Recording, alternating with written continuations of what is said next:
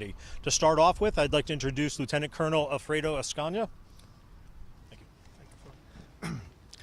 Good morning, everybody. Before I start, Alfredo Ascanio, Lieutenant Colonel with Fish and Wildlife Commission, South Operations.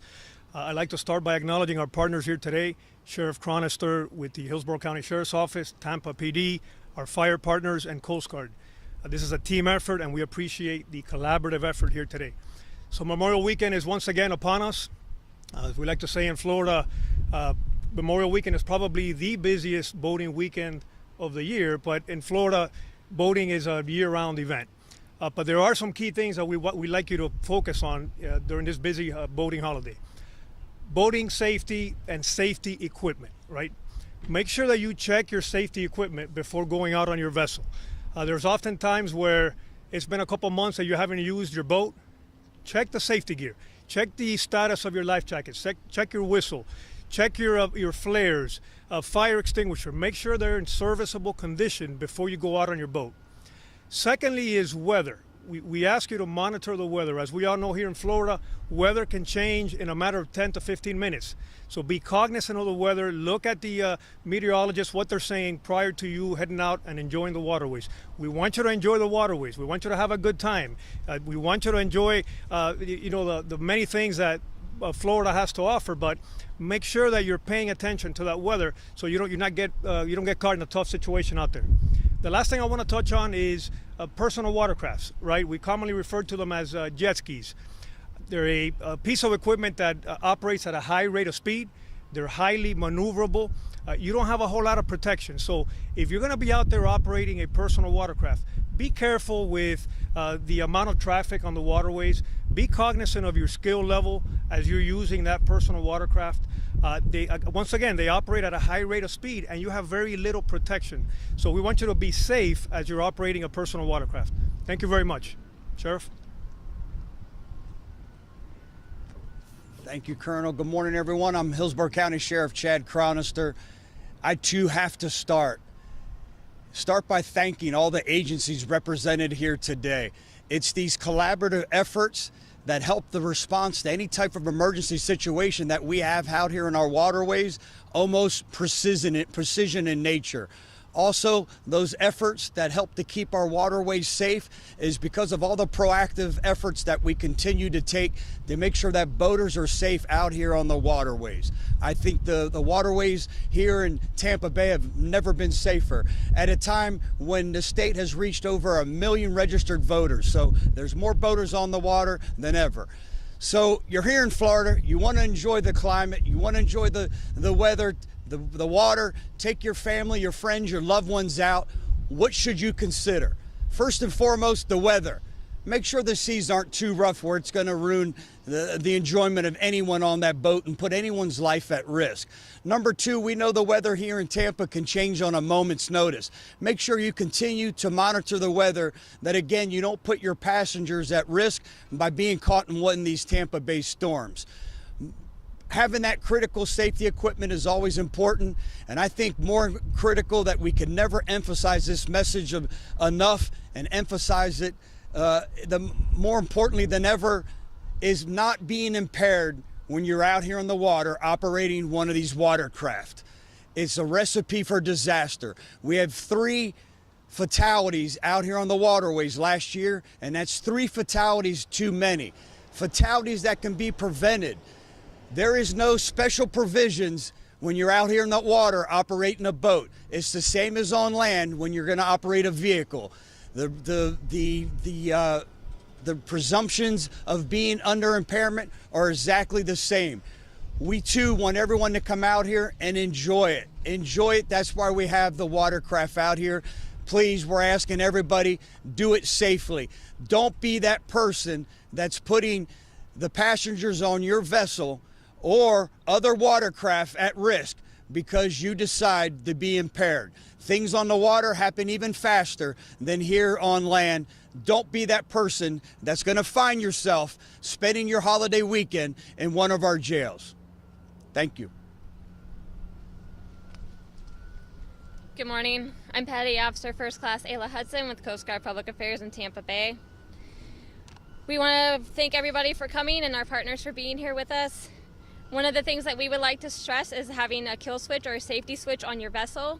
That is something that you attach to yourself, and so if an emergency happens, it cuts off the ignition. Many of the accidents that happen in this area happen because of runaway vessels. We also want all of our public members to know that if they go on a charter, make sure they are certified by the Coast Guard. Ask your captain for their merchant mariner credential.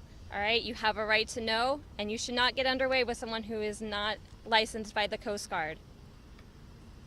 Also, when the emergency happens, knowing where you are is one of the most important things for the Coast Guard and our partners to have. So we recommend that you file a float plan. A float plan is the information that you give to trusted family or friends that says where you are going, how long you will be there, and when you should be back. So if you do not return when you say you are, we know where to look for you and we can find you faster if an emergency happens. If you need help doing that, there's a Coast Guard app for that. You can go into the App Store and find the Coast Guard app. It gives you the ability to file a float plan, call in an emergency, and report other things as well. Hi, good morning. I'm Bob Whitty with the U.S. Coast Guard Auxiliary, Flotilla 72. Thank you, everyone, for coming out. I'd like to focus just on two pieces that I think some of our other speakers covered. Coast Guard Auxiliary conducts free vessel safety checks, where we will check your boat each year to see if you are complying with all current regulations. It's absolutely no cost, and there's actually no penalty if for some reason things don't work out and we need to come back and check a second time to get you squared away. The second thing, Coast Guard Auxiliary flotillas conduct boating safety classes in the area. Another good proactive way for you to know what a float plan is, who to file it with, safety regulations, and just to be a safe boater. Thank you.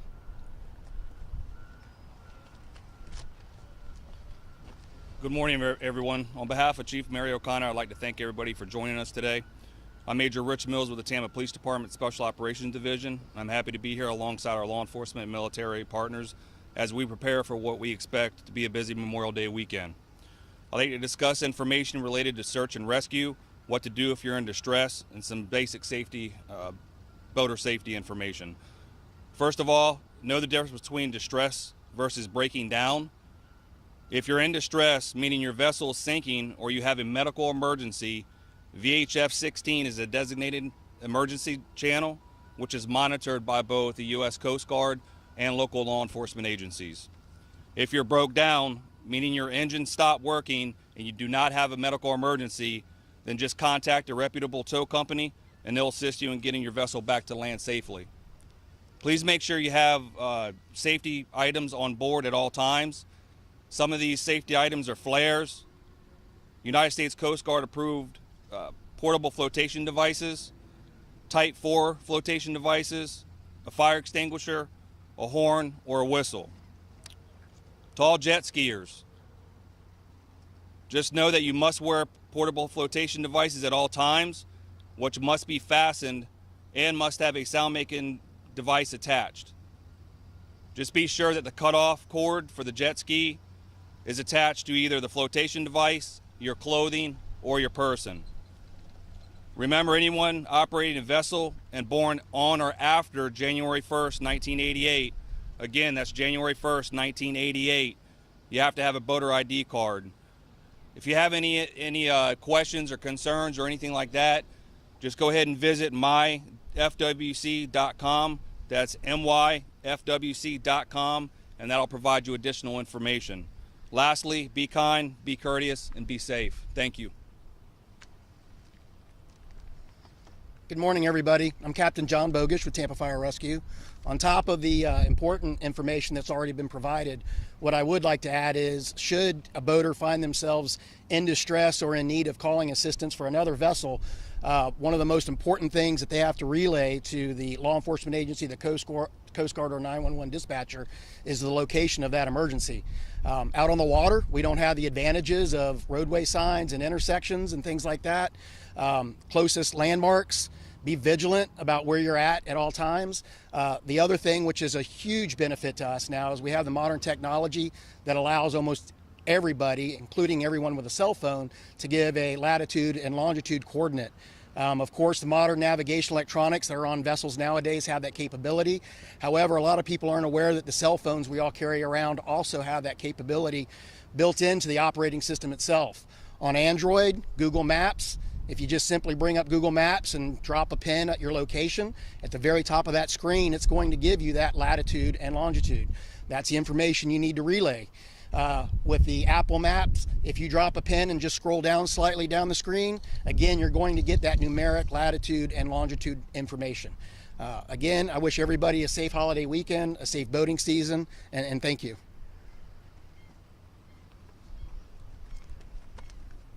I just want to thank again our partners for coming out today. We appreciate this cooperative environment and being able to instill the message of being safe on the waters. We want to thank everybody, the soldiers, the persons in the military that have made this ultimate sacrifice to be able to acknowledge this holiday, that we're able to enjoy it, and also take a moment to recognize those that made it possible. Everybody, I want to thank you very much for your time. At this point, when we're ready, one-on-one interviews will be available. Thank you.